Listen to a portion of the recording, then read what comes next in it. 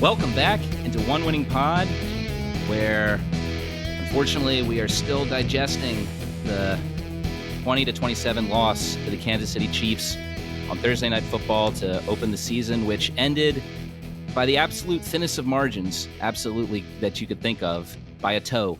A toe was what separated the Ravens and the Chiefs from a tie. Well, for a chance for the win, we should say. We saw Harbaugh's hand on the sideline there. They were going to go for two if that touchdown converted. So I think some fans that helped you out with the Blues a bit, because I know certain fans, and I don't think I can blame you, will look at that and say, well, they would have missed a 2-point conversion anyway. But look, they went in on the road against the Super Bowl champion from last year. Was it a perfect game? Of course not. They didn't win. Some good things happened. Some bad things happened. And they got the Chiefs in some instances. In other instances, the Chiefs got them. We're here to break it down, but I guess, to start with, guys, what are the vibes? How are we feeling now that we are a few days removed from this game, as well as all but Monday Night Football removed from week 1 of the NFL season? Yeah, I'll go first. I know you guys recorded without me the preview, but I picked the Ravens to lose, so from that perspective, like, I guess I'm not surprised. It was definitely one of those games, I think, that was, I don't know, it still felt a little bit frustrating to watch. I feel like the Ravens were playing the Chiefs and the refs at points. It seems like a lot of the NFL, a greater NFL community who weren't Chiefs fans were also kind of scratching their heads a little bit and being like, what's the deal with all these illegal formation penalties? It's kind of weird. But even that, like you said, like, you make it all the way to the end. I was still, I was, I had to give my son a bottle in the last 2 minutes. He had the worst time to go and start crying and waking up. But I'm upstairs. I'm like trying to watch the end of the end of the game on my phone, and I see that likely like he gets hurt, and I'm like, oh my god, like what's that gonna mean for him this season? Turns out it comes back 2 plays later, and then like almost makes the game tying play, which was just absolutely incredible, both from him to be able to bounce back, but also that that play was just really incredible. But despite all that, man, just still fell a little bit short. On one hand, like, I kind of wish that ending was what we got last January. Like, I don't know if that would have felt better or worse, but I mean, I guess in hindsight, like, it's way more competitive than I feel like what we got last January. Yeah, I guess it was. I think that it was just less dramatic. I think we were just as close in many ways, but there was a lot more drama. What I will say is, I think there's a lot of beautiful things to learn from this game.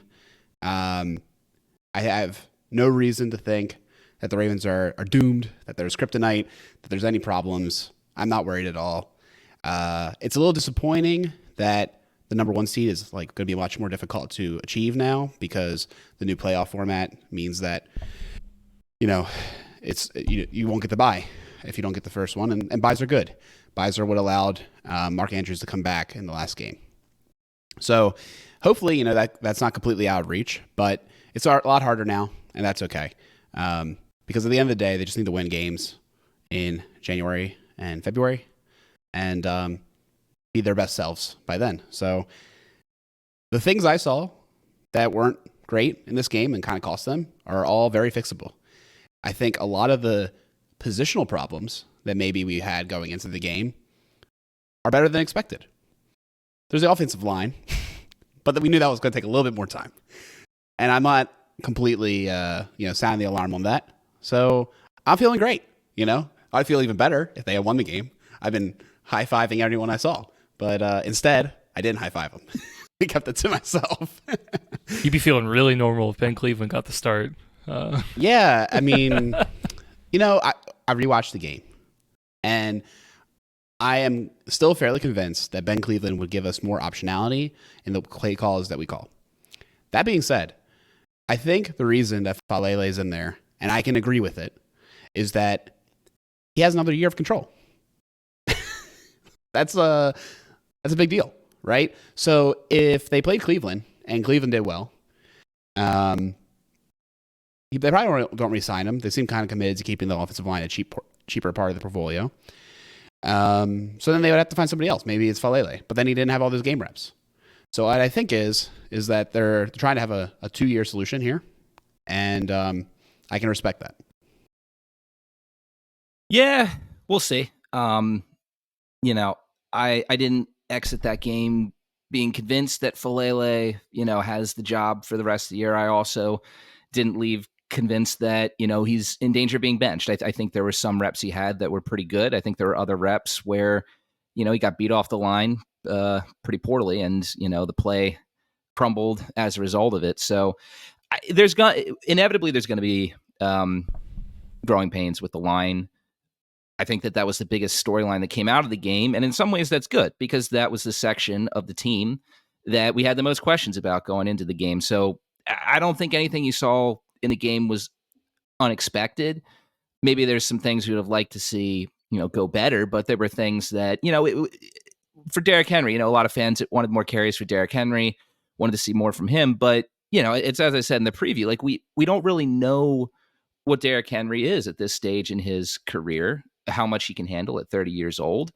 He had some games where he was his old self last year. He also had some games where he was bottled up. So it's still a question. He's got a much more favorable matchup coming up this week. We'll see if we see some more from him. But yeah, I mean, my quick thoughts on the game in the moment, I was pretty darn mad at the end of that game. It's just like, how can we not figure out this Chiefs team? Yes, they're good, but so are the Ravens. And I'm not going to sit here and say that I think the Ravens are a better team than the Chiefs, because I don't. But as I said in the preview, I don't think the Ravens are that far off from the Chiefs.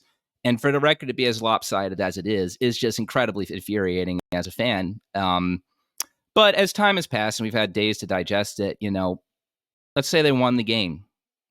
Still got the whole rest of the season to go. We saw that in 2021, right? Let's say that, the offense had a performance that, looked a bit more normal, what you would see in an NFL season than, Lamar having to do hero ball in the fourth quarter there. Still have to keep putting it together. So in the end, what happened was what made sense. The Chiefs were the home team. They play their starters in the preseason, which the Ravens don't, so their star players were better prepared for that week 1 game than the Ravens were.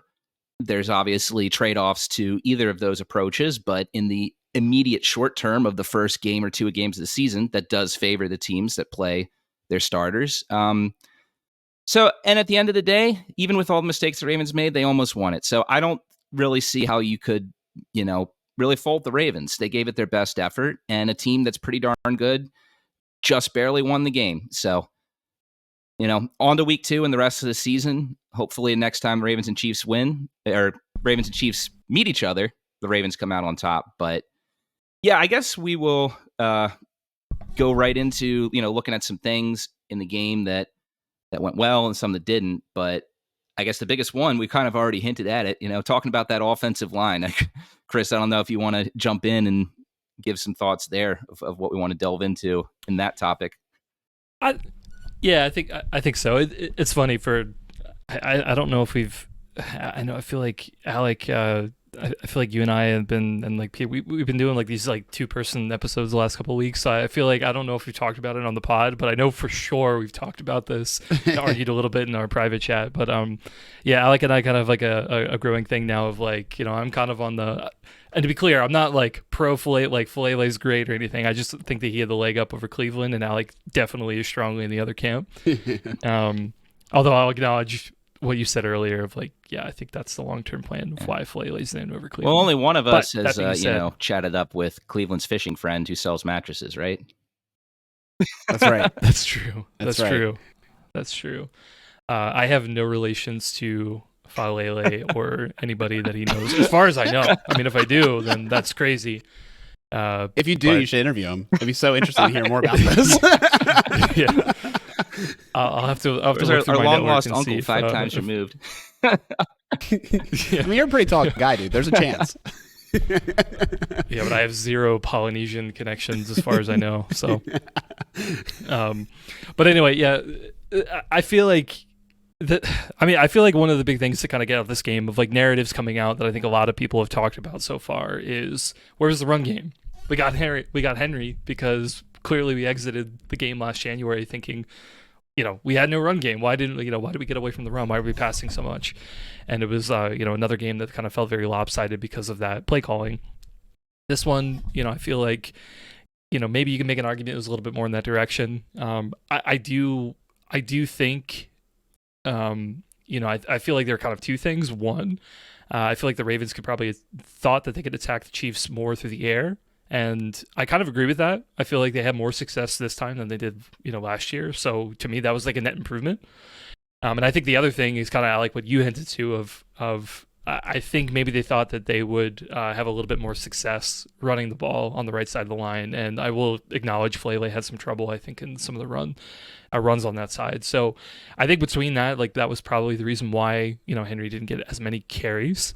But that being said, I will say one of the things on the offensive line that I noticed a lot, man, we cannot figure out Chris Jones, which is really frustrating. Like I think it kind of tied to what Peter said about just the record between the Chiefs and the Ravens being so lopsided. Man, Chris Jones is like always a game wrecker for me.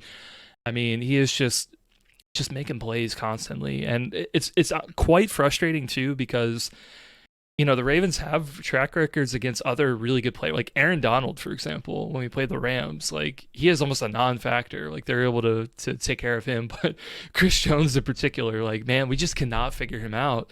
And whether it was Falele or McCary or Linderbaum, like you put on the tape, like there are reps that Jones is flying by any one of those guys. So, it wasn't just him. I think a lot of the right side was having trouble with Jones. So, man, like that's like the one thing like on my wish list of like I think there's a lot of things that the Ravens improved, but man, playing against Chris Jones, like that's the one area that I'm looking at. Like you got to figure out how to stop him the next time we play. For sure, that was a big bummer. I think that maybe the reason he's better, just a complete like I don't know, out of left field thought is that, or like harder for us to stop him, is that Spags is a better coach than maybe the Rams coach, in that. The ways that he kind of manipulates him around. I don't know. I mean, it is interesting that they can't seem to figure him out, but they had Aaron Donald kind of like totally stopped in the past. I just think one of the toughest parts was that it sounded like a lot of pass protections were not correctly done, so to speak. So like the reason that on that last play that Hill had to block him was because the shift wasn't properly, communicated. So like McCary was supposed to bounce outside. He stayed more inside, and then it was all on Hill. So the checks weren't like properly communicated. So these are all things that I have confidence that maybe will be easier at home and easier as the season goes on as well. Like both of these things will be better. So maybe it'll be better next week. But definitely something to keep an eye on. Because part of me thinks that this line will be as good as their communication in a way. Because I think everyone individually can probably handle the roles that they'll be given, so to speak. So we'll see. I'm a little disappointed about how bad Rosengarten looked. It's more than just the one play that everyone saw in his first play in NFL action. There was a lot of other stuff where he just seems to set wrong, be trailing, and he has some work to do. And it sounds like from Harbaugh's comments that they're going to probably play McCary as a starter and still try to sprinkle in Rosengarten for reps. But it seems like McCary is kind of a strong starter still. But they're trying to develop Rosengarten. So keep an eye on that as well. But one of the big things that I kind of wanted to touch on too is that the Ravens were so close to winning this game, and the narratives would have been different if they did. And I don't think that's really acceptable. I think the narratives are pretty much the same. So, like if we're literally talking about like a centimeter for the toe and a successful 2-point conversion to being like, ooh, we won. So like it's two plays that we're talking about going differently, and like the narratives would have changed. Not interesting, like I think like what we're talking about here is pretty good, and that like these are the things that we like saw that should be fixed, and here are the things that looked kind of great. So I think Lamar Jackson looked really great. I'll say that.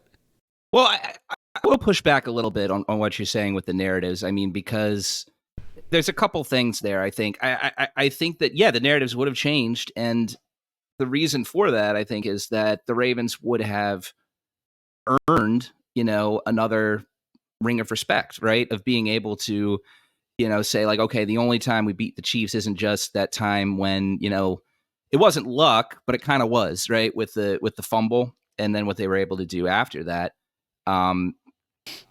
Look, I mean, the Ravens led early in that game. They did get a touchdown in the opening possession, but then the Chiefs pretty much, they were always like if you want to say that this game was like a marathon race, the Chiefs were always 2 strides ahead of the Ravens the entire game, in my opinion.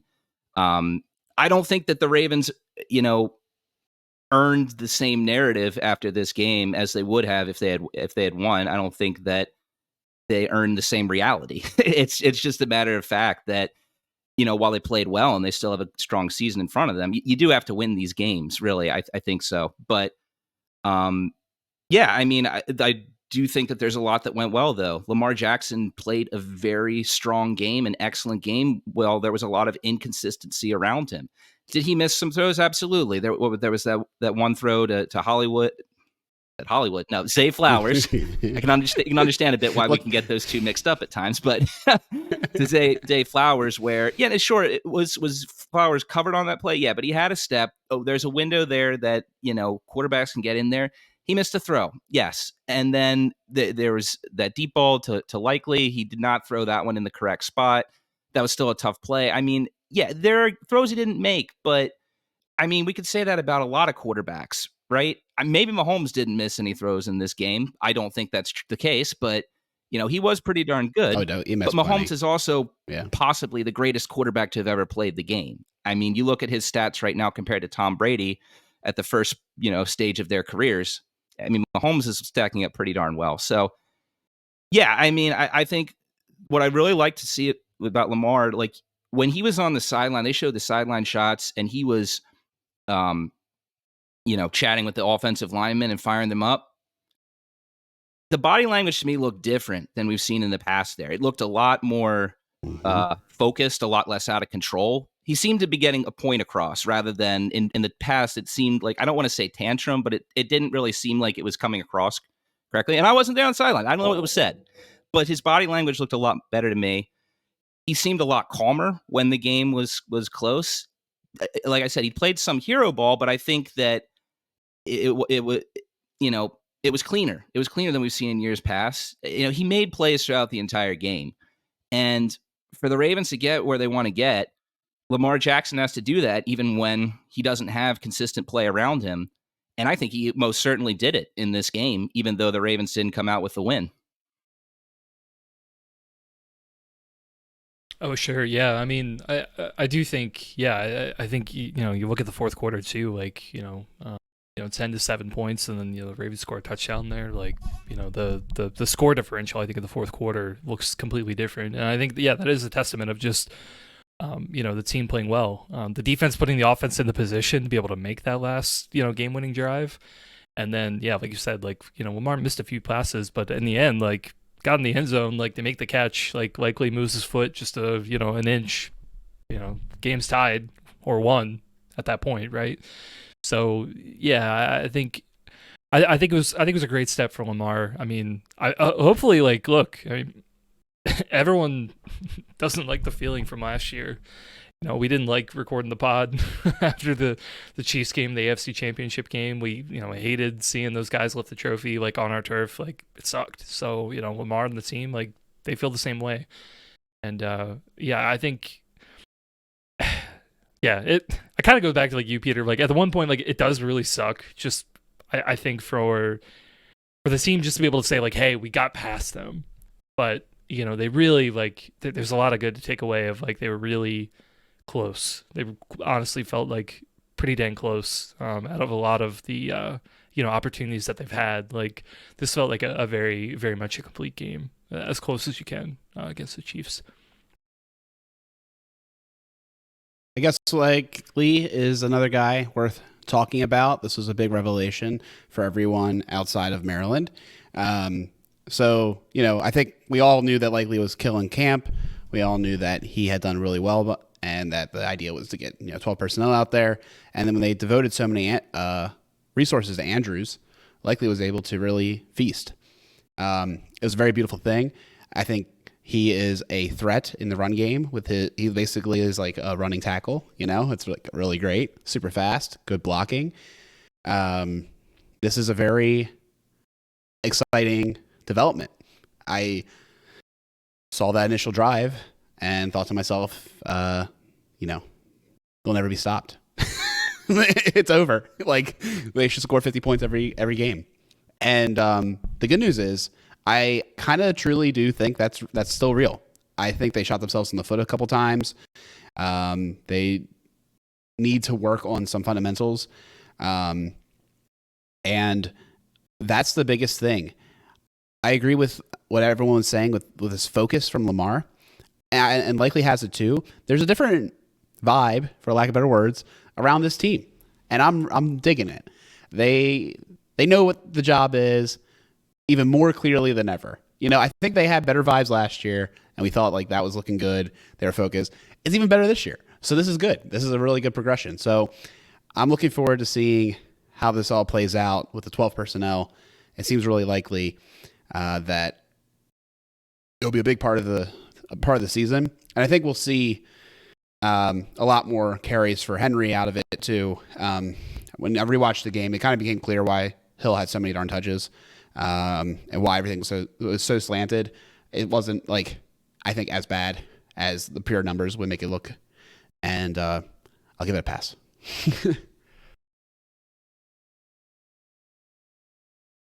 Yeah, I mean, I think we have to say that even whatever we're expecting from Likely, I mean, this may have been the best game of his career.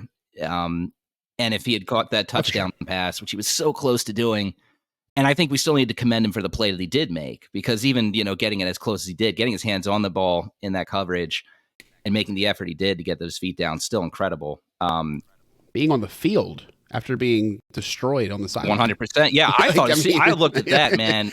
I was just like, man, he's going to be out for some weeks, and then he's in there 2 plays later. It's great. It was amazing. But yeah. I mean, some commentary after the game, looked at like, well, okay, yeah, he caught a lot of passes in the flat that, like you said, the Chiefs were focusing so much on Mark Andrews, they weren't, Likely was open a lot, but there were some catches he made that were contested as well, I think. And you look at his after the catch. That play with a long touchdown was excellent. He's compared to blocker he is now to that first preseason game all the way back in, August, 2022. World of difference there. I mean, he's really been coached up well. He's great there. And, of course, everyone, there's certain fans who are jumping the gun and being like, okay, well, now it's Likely season. Mark Andrews is completely gone. I think that's complete overreaction, in my opinion. Like you said, the Chiefs were making sure that Andrews wasn't going to get anything easy.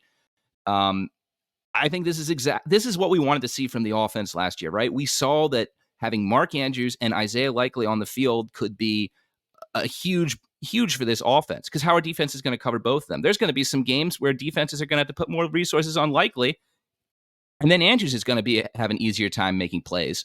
Health may still be a thing with Andrews. I still even think, the catches that we did see, he didn't quite look like himself.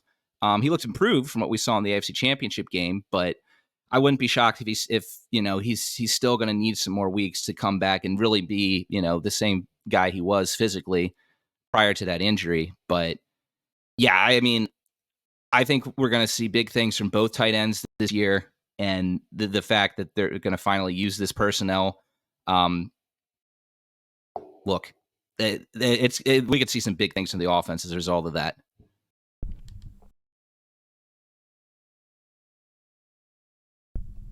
Yeah, I think so. And, kind of rounded out too. I mean, I thought it was good to see, Justice Hill contributing a bunch. I mean, I know obviously, a lot of us are like, hey, where's Henry? Why isn't he getting the snaps? But I think honestly that was a great. It was one of those things where it just, I think, a great play call from the Ravens. Like, clearly, like, putting Hill in some of those formations and those passing routes. Like, I mean, he's wide open, right? You throw to him in the flat, and he's converting a 3rd and long into a first down. Like, it's one of those. I think it was a great play call. I think the Chiefs just weren't preparing for those plays, and they were allowing them to get the underneath stuff. And I mean, despite that not going to Henry, like, clearly it was making the offense run, right? So I think, that's going to be a very key role for Justice Hill this season. I think it has been in seasons past, for what it's worth as well. Honestly, I think, again, despite wanting to see Henry more, like, I don't want to lose sight of Justice Hill. Like, he had a pretty good performance. I think, he was one of the guys to look at to, really extend a lot of those drives. Justice Hill earned the snaps that he received, 110%. He's a good player. He contributes well. He gives you a little bit different spice than Henry does. And I think the biggest thing I want to see is if they want to commit to using Hill like this, they need to use him as runner more. That was a little bit of a tell, not great, that they only ran with him once. Again, kind of the game script dictated a little bit of that. So it wasn't god-awful, but it was something that I think could be improved upon. But Hill's a darn good player. They're going to have a great problem on their hands if all three of those guys are healthy when King comes back. And, we may never have to pass again. So we'll see. I will say another quick call out is I liked what I saw out of Rashad Bateman. Rashad Bateman is, made a huge catch that enabled the last couple plays of the game. And that was important. Yeah, absolutely. Anything else you want to talk about the offense? Because I think we definitely got to talk about the defense here. It was obviously Zach Orr's first game as defensive coordinator. We didn't see a lot of blitzing. We actually saw the Ravens blitz at the lowest rate that they blitzed in quite some time. It was I forget what I saw, but it was the lowest blitz rate they'd had in several seasons, I believe, if I'm correct on that. Some good, some bad. Obviously, the 2 touchdowns to Worthy, those are frustrating. I think that we saw some early season tackling form. It seems to be September tackling every year. We've got guys who just, aren't quite there ready for tackling in the game level. A play that stands out is when the Chiefs were deep in their own territory. Mahomes had that pass out to the flat to Pacheco. Harrison completely whiffs his tackle, and then Pacheco rumbles 10 more yards and gets, through a couple more defenders. But still some really strong plays. I thought they defended balls in the red zone really well.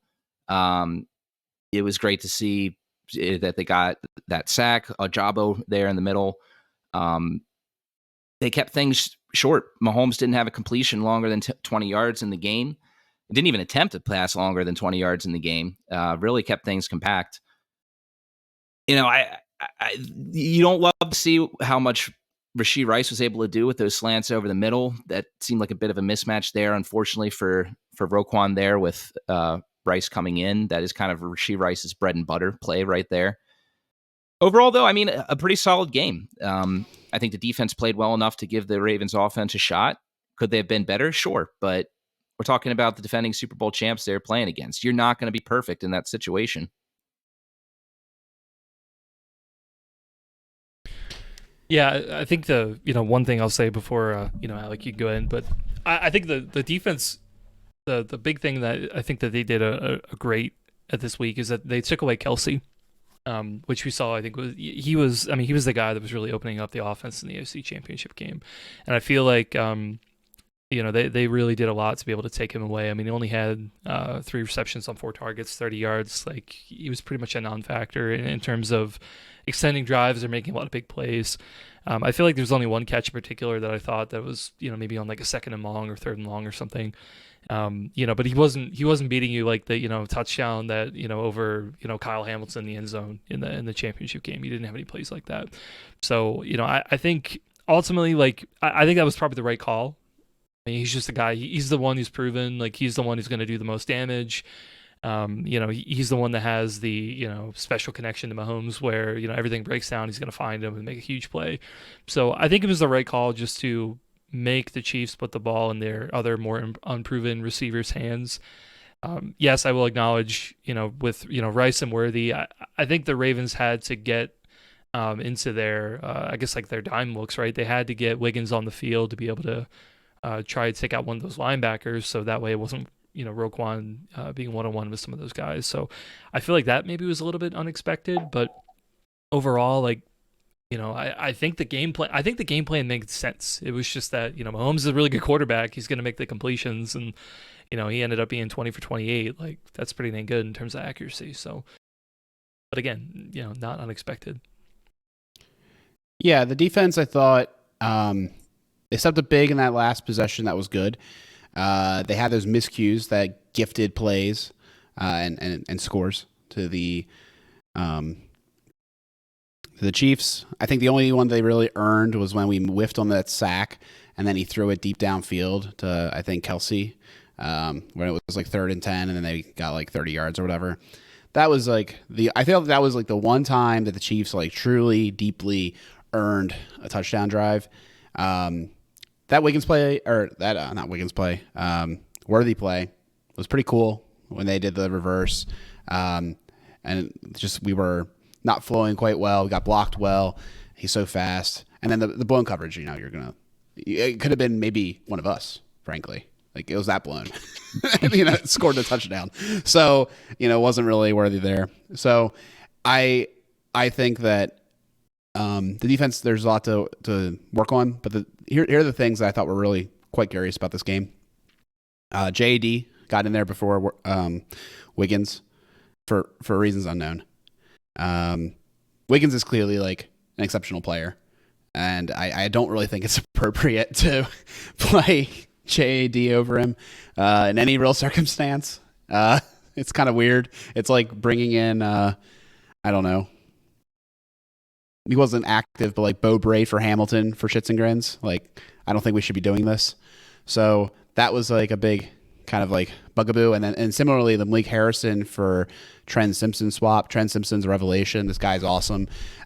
He made that beast mode play, and that was the nail in the coffin for that final drive for the Chiefs. And I can't approve of seeing Malik Harrison play for Trent Simpson if Trent Simpson's healthy. Like, it's just unacceptable at this point. He has completely proven himself, and he's a much better player, much more versatile. Like Harrison, you can set the edge, you can do run defense, you can do a lot of things, but I can't see you anymore unless there's an injury in inside linebacker. Oh, that from one play.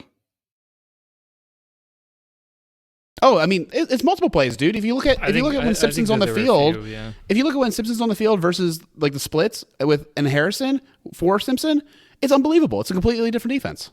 Oh yeah, I mean, I'm not saying that I'm advocating for Harrison. No, I'm talking about like all of preseason, all of like what we saw in this game. I thought he had other good plays. I'm just saying, like, he's clearly better, and like he makes your defense better. Like, why are we playing games with these personnel packages?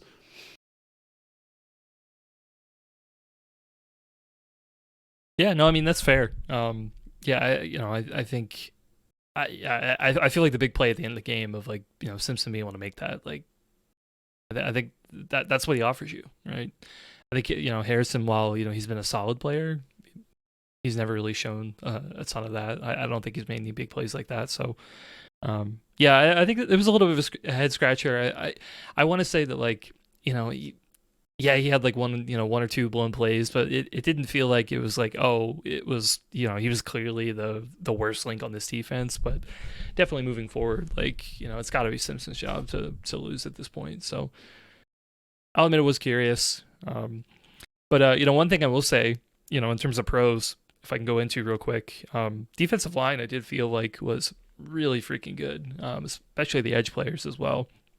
A lot of disruption from Owe, from Ajabo, from Matabike, from Jones. I feel like when they did get a lot of pressures, that they did affect Mahomes, and I feel like that they did pretty good. It's a shame about Kyle Van Noy. That little orbital fracture I think that he got from getting his face hit on a play that should have been called illegal hands to the face, but I digress. But I think that depth is gonna hurt a little bit. But Definitely like to see from some of the young guys in terms of their pass rush and keeping Mahomes contained. I feel like it was pretty good. Again, because of Mahomes as a player, like, it's not realistic to expect tons of sacks or tons of negative plays. Like, Mahomes is really good. He's going to make a lot of positive plays even in those situations. But from what we did saw, like, the one thing to beat the best quarterbacks, you got to be able to rush for and be able to get a good, consistent pass rush. I feel like we were close to that. So honestly, like, all good things. I kind of expect to continue to see more from them in the coming weeks. Yeah, defensive line was really solid in this game. I think the secondary played really well as well. We didn't see much from Wiggins, but I liked what we saw when he was in there. I think that he made some plays, was active in disrupting screens to the outside. Again, I hinted at it earlier. Really loved what we saw from the red zone defense from the secondary. You had Marcus Williams break up that pass to Juju Smith-Schuster. Ardarius Washington almost had a pick on a spectacular play that, more importantly, stopped a touchdown. I think Jalen Armour-Davis had a fine game. Kyle Hamilton didn't do much on the stat sheet, but he was around there with a lot of plays. I mean, it's just so hard for me to look at this defense and really criticize that much, because a lot of things they did well, but just unfortunately the couple miscues that they did have were the difference in, the Chiefs scoring 3 touchdowns and the Ravens versus 2. So, better tackling, absolutely. Better, plan for defending the middle of the field, something else that's needed, but most everything else worked pretty darn well against, probably the most disciplined offense in the NFL. One thing I want to see, kind of looking forward, is I don't think having Urban inactive in order to have various special teams pieces is particularly acceptable, given the fact that it seems like the meta is just to kick the ball out of the end zone and go and start at the 30. Like, I'd much rather have an extra defensive lineman than like play on the margins of 28 to 32 yards and as a starting point. So yeah, I just think that's kind of it was a weird selection. I must say, I thought that was a strange way to do things. Yeah, agreed. And I mean, Urban's a guy who's also incredibly important on the line, getting his big 6'7" frame in there with his arms up, can disrupt the passing lanes. Block a kick, right? Again, talking about special teams, you bring on a special teamer, but you also lost a special teamer, right? So it was curious. It was curious. Hopefully that's a one-game thing as long as Urban's healthy and there's nothing, behind the scenes that we don't know about. But yeah, agree. He should be active on games going forward. Very interesting call there by the Ravens. Another thing I'll add in is that it was disappointing to see the Chiefs' ability to use motion to ISO, like Roquan on a speedy wide receiver, and us like get beat by it multiple times before we figured out how to cycle our protections properly. That was pretty painful. That was kind of like their one thing they got right, for lack of better words. Like, that was, I think, like another like well done kind of thing by them. And Carball kind of acknowledged it. He's like, yeah, they found like a really good idea, and we eventually were able to fix it, but the damage was done at some point, with that idea. So it's just something to learn. And another thing that I think, as it goes through his whole first season, there will be a couple of these things, I'm sure, and the defense will begin, continue to level up in their abilities to read and react to scenarios. So that's what gives me a lot of excitement and encouragement going forward, is like we see this raw skill of these players. We're looking at miscommunications and some sort of, gelling of the defense that needs to happen for them to really ascend to the next level. Well, I mean, if they were like that week one, like that'd be super cool, but it's unrealistic. So I'm over here being like, I love what I'm seeing and I like the trajectory. So, we'll see what happens next week.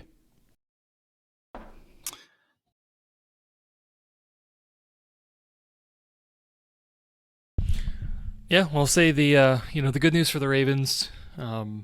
I feel like some of the AFC North kind of fell behind a little bit. Steelers did end up picking the win over Atlanta. See about that, but the Bengals ended up doing us a solid and losing to the Patriots. And actually, I can't remember. I didn't look at the score of the Browns game, but I'm assuming They did. lost? Yeah, Of course they lost. yeah, it wasn't close. Okay. And Pittsburgh and cockroaches, they didn't win nothing. Okay, they just happened to have more points at the end of the game. No team won that game. I mean, I think the Steelers had a good showing. I mean, they were on the road. They were playing a quarterback they hadn't started before. This is an Atlanta Falcons team that everyone was talking about in the offseason, supposed to come in here and be, a playoff contender. You're supposed to be rejuvenated with Kirk Cousins behind center, and they disrupted that, the whole narrative there. Might not like the Steelers, but I think they had a pretty darn good week 1. Okay. I don't know. I didn't watch it like super duper closely. What I saw was just like, it was just nasty from the Falcons. And I was like, well, that's the way to win. Yeah. Yeah, we'll see. My point was, at least, despite the loss, I think the Ravens are still in a decent position. You just got to make up ground on the Steelers. If they could find a way to win against the Steelers at some point, whenever those games are, that would be great. But so cool to sweep in the meantime, rebound for the Raiders, and I think we'll be okay. I guess with that, going to go into moral victories. Well, I think the most obvious one is Isaiah Likely, right? Had the huge game and would have loved to have the cherry on top there of at least getting that touchdown to put the Ravens in position to go for 2 for the win. But that's really the only bad thing you can put on his game there. And that play was so darn close, it feels kind of, icky to mark that as a bad spot for him. So, game of his career to date for Isaiah Likely. Yeah, he gets mine. Go Roquan. He got that pick on Mahomes. Beautiful. And I'm sure he needed it. Also, I think he's always leading the tone. I think defense has the tone. So I'm a big fan of Roquan. Nice. I'll give mine to it's a guy we didn't talk about, but I'll say Ardarius Washington. Huge play in the red zone. Be able to make that pass deflection in the red zone that honestly turned a touchdown into a field goal. And despite obviously the Ravens not scoring enough to win the game, I think that was a huge high leverage play. And just something you don't really expect from him. You don't expect to see his name a ton, but I really love the play, so I wanted to give him a shout out. Awesome. Well, before we transition into talking about the Raiders game that's coming up, there's a couple things we wanted to promote. First up, it is Childhood Cancer Awareness Month, month of September, and St. Jude is fundraising, and we want to be a part of this. So we created a campaign, the tag along with Relay's campaign. It's a podcast network as well, and we are over here committing to match the first $250 donated by people not currently in front of microphones. So we'll match that. The opening donation was made earlier today, which is really great. So help us reach our goal of over $1,000. That'd be really fantastic. And don't feel like you have to make a large donation. Every little bit counts. St. Jude does amazing work that impacts kids nationwide, and actually globally. Is more important to say. They compile incredible amounts of data and make it available to anybody who wants to do childhood cancer research. They're really the epicenter of trying to beat childhood cancer, and they do a great job. So many families get all of their care paid for by St. Jude, and that's something that I think a lot of people can get behind. So it's very beautiful. The link will be in the show notes and on our socials, and we'd really appreciate if you are able to contribute. Next up is St. Demetrius Greek Festival coming up the weekend of the Cowboys game. So not next weekend, but the weekend after. Also the weekend of fan appreciation at Opacity. And I understand if you have to go, but I think it's a great other stop on your weekend. So it's Friday, Saturday, Sunday, the 20th through the 22nd. Live Greek music Saturday. Lots of yummy food. I'll be making souvlaki. I think Peter's going to be making souvlaki. We'll be souvlaki slinging, as I say. And there's great pastries and lots of good stuff. So be a great place to find us if you want to say hi and support a good cause as well. We love our food. The Greeks do. So we share it and the culture and all that good stuff. I have to try to make it early. Last time I came Saturday night, I didn't have any baklava, so I'm going to try to get there a little bit sooner so I can get some. See, that's a tragedy we have to all try to avoid. Yep. Without a doubt. All right. Well, moving on to the second part of the show. Ravens will be hosting a West Coast team at 1 p.m. Excuse me.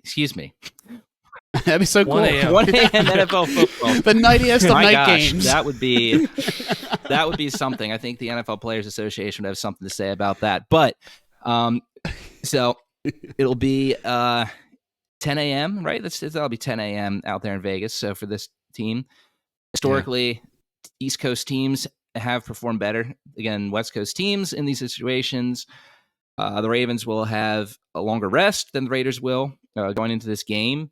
And quite frankly, the Ravens are the better team. And I think fan bases of both sides will say that. But, you'll ask any random fan from either fan base, and you're going to get between a 96 and 98% response rate that the Ravens are the better team, with the only divergence being people who are uber Raiders fans or people who are just doom and gloom every time the Ravens don't score a touchdown on every play. So, and are Ravens fans. But, as we know, it's the NFL. Things can happen. Gardner Minshew is the starting quarterback for the Raiders, at least for now. And, we remember last time, it was an early season September home game, and we were against Gardner Minshew. We were expecting it to be a cakewalk. And, it didn't end that way. So, we'll see what happens here. But I guess we'll start out with and looking at what are the things the Ravens need to do in this game that they didn't do against the Chiefs to have the outcome that we all want, which is the Ravens' first win of this 2024 season. I'll go in with the first one that everyone wants to see. Give the ball to Henry. I think we want to see a lot more touches from him. We want to see him get a lot more involved. Honestly, even if 5 to 10 more touches, get him involved in the pass game. We didn't really get him involved in the pass game. He was in a lot of plays, but just wasn't booked in those different plays. I think that would go a long way to making Ravens fans feel a lot better. First get the win and then make the Ravens fans feel a lot better because it'll just feel like Ravens football that we want. Lamar seemed to have a lot of trouble targeting big old King Henry. He threw it to him at least twice, and both times was like a miserable throw. And yeah, I agree. I think getting him in the passing game is a good idea. Maybe he needs to run a little bit more of a route than being just parallel. Perpendicular. I don't know. Basically the ball travels 1 air yard kind of thing forward from Lamar. So yeah, I agree with what you're saying there, Chris. I want to see him in real pass plays, for lack of a better word. So that would be good. My focus point is that I want to see how the Ravens respond and use defensive personnel this week. We mentioned Urban. Hopefully they have 5 defensive linemen they can rotate. We mentioned that more Trent Simpson might be good, and we also mentioned the JAD kind of deployment and in general, just there was 6 different defensive backs that made up the last percentage between Jackson, Ardarius, JAD, Wiggins, and I'm sure there's one more, but maybe it was just 4. There was those 4. I think that might be a consolidation. Harbaugh mentioned this in the presser that they were trying to get a lot of different personnel groupings out there, and then they kind of just simplified it, and things went a lot better. By simplify, I think they started playing their best players. You know what I mean? So, and kind of and going off that point is Marlowe paid 100% of the snaps. Kyle Hamilton was within spitting distance of 100, and we did see Wiggins come in on the outside, move Marlowe in the slot. I think we're going to see more of that. And then I can also see potentially taking Trent Simpson off the field, or maybe a defensive lineman, or a pass rusher. I mean, the pass rushing situation is going to be interesting too, with Van Noy out for some indeterminate amount of time. I would be surprised to see him this week. And Adisa Isaac, kind of still on the shelf. I'm not sure if he'll be available. So they might have to play around a little bit with the personnel groupings, given all that. Yeah, I agree with both those things. This is the game to get Henry rolling. I mean, and it's also the game to figure out the defensive things that they have to shore up on, right? Because after this, you got the Cowboys, who look very strong against the Browns in week 1. And I know the Bengals looked like absolute trash at home against the Patriots, but they didn't have T. Higgins, which they might still not. Who knows what's going to happen with T and that hamstring. And Jamar Chase, after holding in training camp, holding out whatever the heck he did, they're going to need to bring him up to speed. But, I mean, you still got to respect the Bengals, right? When they're rolling, they're a worthy opponent. So this is by far the easiest game they're going to have coming up. So I think both those things are definitely things you're going to need to look at. I'm definitely looking at the offensive line to have, a stronger performance, like we said in the recap. Some good things happened against the Chiefs. Some guys, particularly Falele and Voorhees, played better than we expected, but there's still things that they needed to shore up against. We brought up Chris Jones, how he gave that line, such problems. The Raiders, while they might not be a team that anyone is expecting to make the playoffs this year, and they certainly didn't have a terribly great showing against the Chargers in week 1, one of the strengths of their team is their front seven. I mean, you got Max Crosby there, who is an absolute beast. He's going to be someone that's going to give the tackles a lot of fits. That's going to be someone going to count for. They got 2 big guys up front as well in John Jenkins and Christian Wilkins. Those guys are going to give the interior a lot of fits. There's going to be a battle there at the line of scrimmage there. You got Robert Spillane as a linebacker back there. Not really a guy who got into the rotation a ton in Pittsburgh, but he had a breakout year of sorts last year. So it's a front seven that it's not as good as Chiefs, but they just have a lot of talent there, and that's going to be another challenge. And look, I think the Ravens have the talent to make this a very easy win for them, but we know that football games are won and lost at the line of scrimmage. And while it looks really promising for the Ravens' defensive front seven against the Raiders' offensive line, which is not good, it could be a little challenging for this offensive unit, Ravens offense, against the Raiders' defensive line. So that's really what I'm going to be watching, seeing how the Ravens are able to fare in this matchup against another talented defensive front seven, and hopefully show some improvement from the week 1 matchup against the Chiefs. Yeah, we saw how effectively J.K. Dobbins was able to run against this team, and definitely think getting more of Henry involved would be good, and we might be able to see some big runs out of him as well. Obviously, the offensive line play will be huge as well against those pass rushers you mentioned, and even in run blocking too, getting up to the second level, getting Spillane out of there, for instance. I think that's going to be. This is a great game for growth. A lot of the things we mentioned last week, I think this is the correct team to work against, so to speak, because they're not going to be easy in those departments. A lot of the things that we need to work on, this is going to be another challenge. So it's going to be a good game in that way. And like you mentioned at the top, Peter, with that stash, Carter Minshew can beat anybody. So we saw it last year, and it might happen again. I'm keen to see the other 12 personnel jokers in the league with Brock Bowers and Myers or Mayer. They also have Myers, but not Mayer, the guy you're talking about right now. right, yeah. I'm looking forward to seeing how the Ravens match up in that kind of scenario. I think we got the horses for it, but it is going to be a physical matchup. I anticipate. Yeah, it's interesting. I feel like the Raiders have pretty good position players, I think. I mean, you've got Adams, who's, one of the, best, route running receivers in the league. Jacoby Myers is a pretty good guy as well. And then you've got, Bowers and Mayer at the tight end group. They're pretty good. Bowers had a pretty good first game as a rookie last week. Yeah, I feel like it's something that the Ravens probably won't see as often. And like I kind of mentioned earlier when we talked about the Chiefs, like the Chiefs like to run, more receivers. And I think they just had more success and getting the mismatches of a receiver, a faster receiver on our linebackers, and that was kind of the mismatch for us.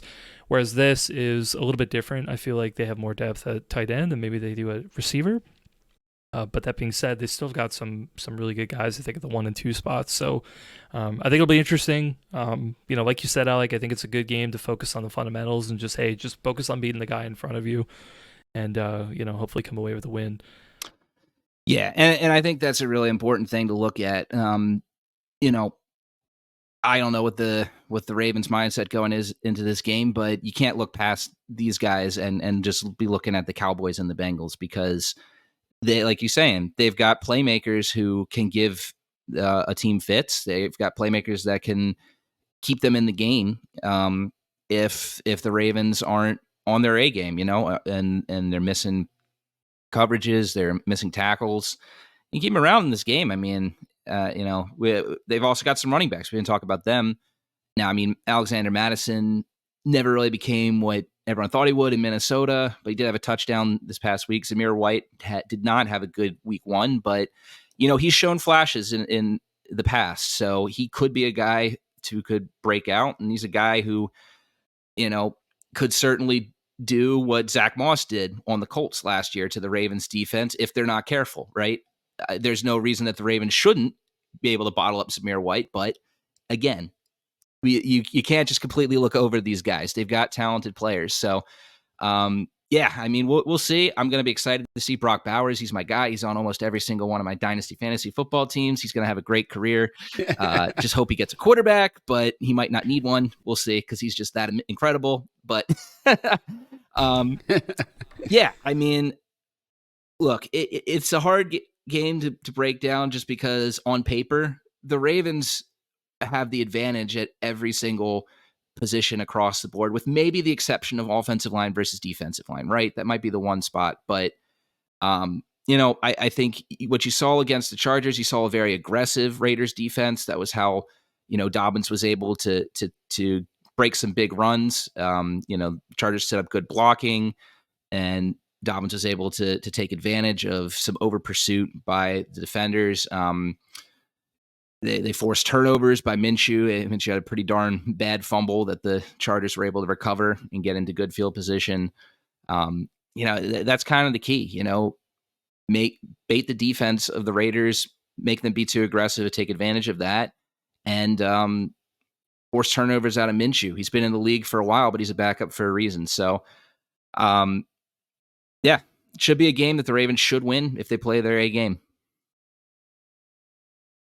I think their pass catchers can give us a problem if we continue to have miscues, right? They're the kind of people that could mess you up. Same thing with Brock Bowers and Mayer. So I think that's something like another challenge, right? Like you mentioned, the offensive line and the defensive line being a good challenge. I think these guys can get you, and I think Gardner can get the ball there in those circumstances. So I want to see that. And I want to see some bully ball. I feel like that might be a good thing. Like I think it might happen because if we get to a lead, I bet you we'll be running so much that they'll be wondering why we didn't pass the ball, right? Yeah. I think if we're up by 2 touchdowns, we're gonna come out in 2 tight ends, 2 running backs, sets. We're gonna be 22. Yeah, if the Ravens get up by 10, I mean Harbaugh's gonna come into the press conference next week and just be like, "How was that number of carries for Derrick Henry for you? Was that good enough for you guys?" Because he might be having carry every offensive play of the second half in that case. The Ravens really might get extra and run 23 personnel. They'll bring in Kohler as well. Just like all the beef they have. Maybe they bring in Cleveland as a guard, and then they bring Falele out as the 6 or something, and then just total bulldozer techniques. But I think the other thing I want to point out, though, we didn't talk about it last week. I want to see Justin Tucker take another long field goal. We gotta get this guy's numbers up. He was like 1 for 5 last year, I think they said, on over 50 yards. Kicking, he missed one last week. Starting to become a little bit of a concern. Anything past 50 in my mind, and don't love that because we want to all love Justin Tucker and his historic career. But starting to get a little bit more concerned about that kind of thing. And yeah, I think another one is, will they do the personnel changes that we kind of discussed at the top of the show and focus on defense over special teams, given kind of the meta. And I think they have the punt unit pretty much handled. So, yeah. So those are the kind of things I want to see as well. Keep an eye out for. All right. With that, I guess we want to go into our score predictions and bold predictions. Sure. I'll go ahead. I didn't pull up the over-under, so going completely blind here. I'm going to guess it's 43.5. I'll let you guys know. But I'm thinking the Ravens are going to really have to do the heavy lifting here, and they'll comply. I think they're going to win 35-7. And they'll just be just on the under because they're getting no help. I think that the Ravens are going to have a big bounce back showing. Maybe we even see a backup quarterback. So that's my bold prediction, actually. Backup quarterback comes in. Let's see some Johnson. Okay, I'll go ahead and go. I do think it'll be a bounce back game. I'm definitely looking forward to the tailgate. Looking forward to going to the game. I think it'll be great to have the Ravens in front of the home crowd again. I'm looking forward to it. Hopefully the team is too. I will say it'll probably be a little bit closer. Yeah, we kind of hinted at it, joked about it a little bit with Minshew, but man, that guy just finds ways to make plays, be able to keep us in the game, and we've had some fits with him. So I'm going to say it's a little bit closer than that, but I'm still going to say the Ravens are going to end up taking the win. I would be really surprised if they weren't able to. I'll say 31-20 Ravens. And then as far as bold prediction, can I say that Andrews is going to get a touchdown? Sure. I mean, normally, pre-injury Andrews, I don't know if that's much of a bold prediction, but I feel like he needs a little bit of a breakout to kind of show that he's over his ankle injury. So it's a bold prediction if you give me the amount of feet the ball goes when he spikes it. Over 8.5. I'm just messing with you. Over 8.5. How high are Gronk spikes? I have no idea.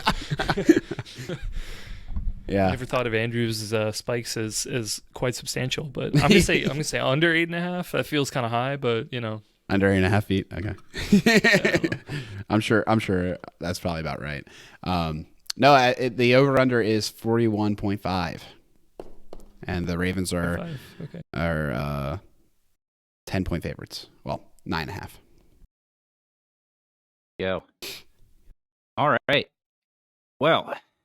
Yeah, I think this is a game the Ravens will win. I think that there will be a lot of running. There will be a lot of running in this game. Bold prediction is that we're going to get 100 from Henry, and we're going to get 100 from Lamar. And the Ravens will win 24-13. 24-13? Yes, sir. I guess because they're running so much, the clock just... That's right. Yeah, it's going to limit how many points they score, but yeah. Yeah, yards. I can dig it. Anything else? Nothing else here. That's it, man. Let's wrap it up. Alec, one thing before we wrap it up. What are you making for the tailgate, man? Rumor has it I need to consult my meat dealer, a.k.a. Costco. And if I can get a good brisket, I'll do it, I think. There's not really anything going on. There you go. We'll see. It's always a good week when Alec brings brisket. It means it's going to be a good tailgate. I don't know what the win-loss record is when you bring a brisket, but I have to imagine it's pretty high. The Ravens win a lot, so it's a little I don't know. I think the brisket's doable. Did Rachel mess up my calendar for that? Let's see. She wants to go to dinner. Yeah, of course she does. We have now planned a dinner at the in-laws, but don't worry about it. I love getting no sleep, so I will go ahead and make sure that we get some smoke on that brisket for week 1. Nice. Well, That's all I got. we'll wrap it up then. Thanks so much for listening to the show. Hope you enjoyed getting kind of the 2 shows from last year smashed into one. We'll be back next week after the Raiders hopefully get another L. And the Ravens get back on the winning streak. You can find us online, Twitter @OneWinningPod, Threads @OneWinningPod, email us onewinningpod@gmail.com. Thank you so much for listening. Have a great week, and go Ravens.